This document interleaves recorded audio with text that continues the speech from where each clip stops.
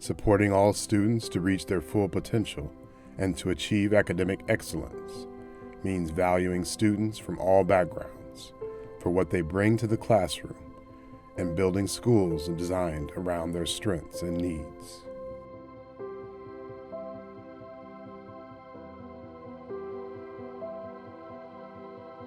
Hi, I'm Satya Osman. My name is Aiden Charles Drawn. When he was about 4, because he was like, you know, Mom, how you're always trying to get me ready for the world? Well, you need to start getting the world ready for me. And it's like, well, dang, you know, you do got kind of a point there, right? And I do, you know, it should be a system of equity where you feel like you can learn and you feel encouraged to learn. The numbers show that what we're doing now is not working for students of color. Minnesota is home to some of the nation's worst gaps in achievement and opportunity. And it's been that way for many years. Like at conference, the teacher said in front of him she don't think he's going to be able to read. They put him in a special class without my permission, and they just did all of this extra stuff.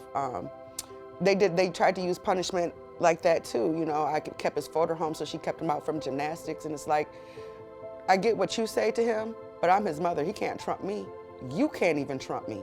Instead of giving awards for attendance, you should be taking awards of how you're doing in class. The impact of the educational injustice is felt every day by Minnesotan families and students. The current state of the education system in regards to children of color is very poor here in Minnesota.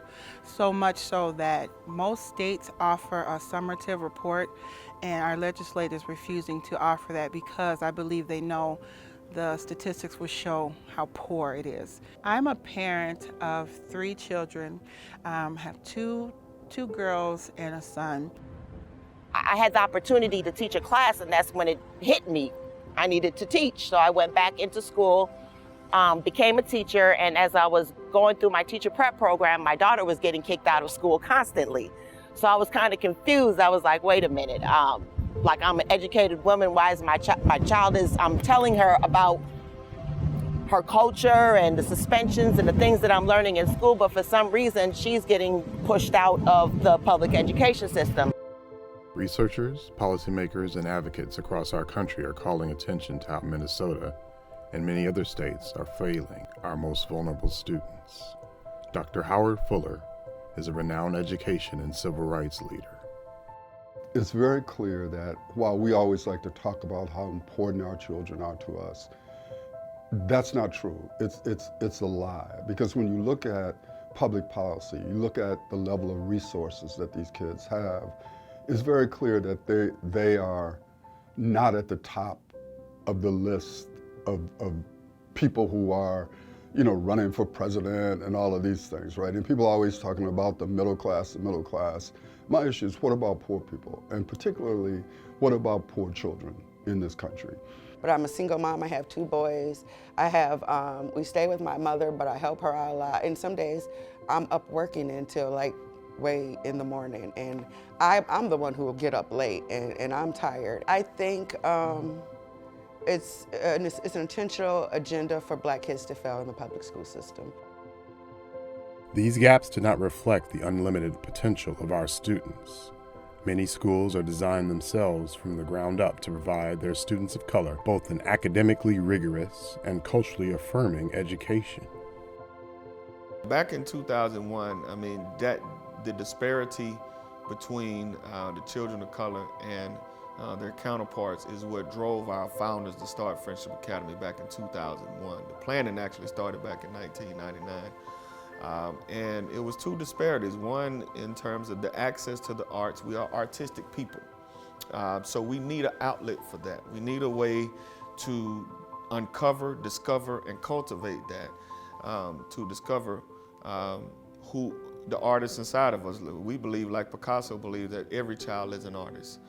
We just have to discover what type of artist they are. So there was a real deficiency in the access to arts, and there was a deficiency in access to high quality education. There are similar schools with similar results for students of color across the state. For example, Noble Academy in Brooklyn Park serves predominantly low-income and Hmong students.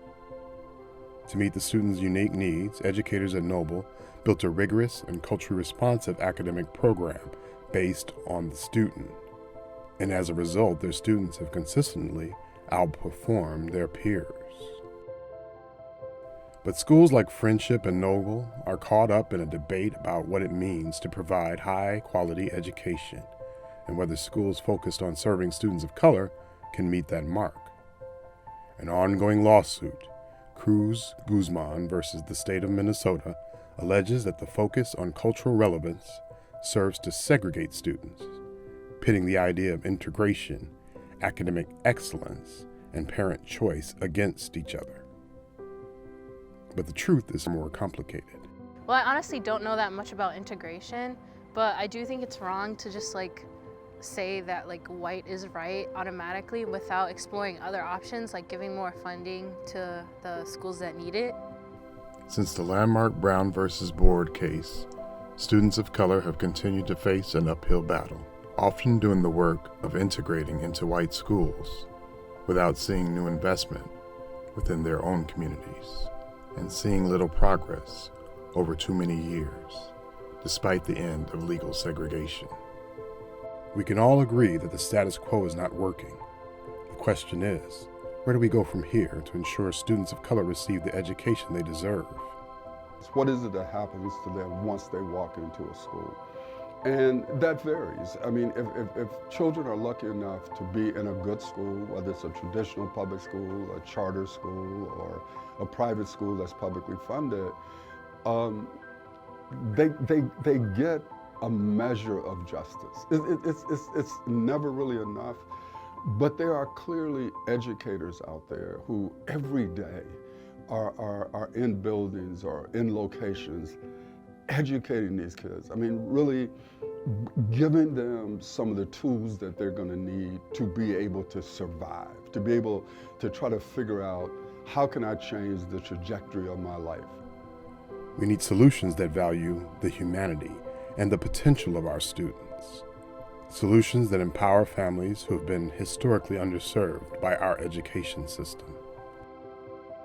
My ideal high school environment would be a place that is really inclusive and has cultural nights. Students could actually, instead of getting taught in a classroom, they could actually be getting the experience. Positive and restorative practices when it comes to school discipline. I also would like it if the diverse class was reflected in the staff. You won't really learn if you're sitting at a desk all day. You would want to experience it.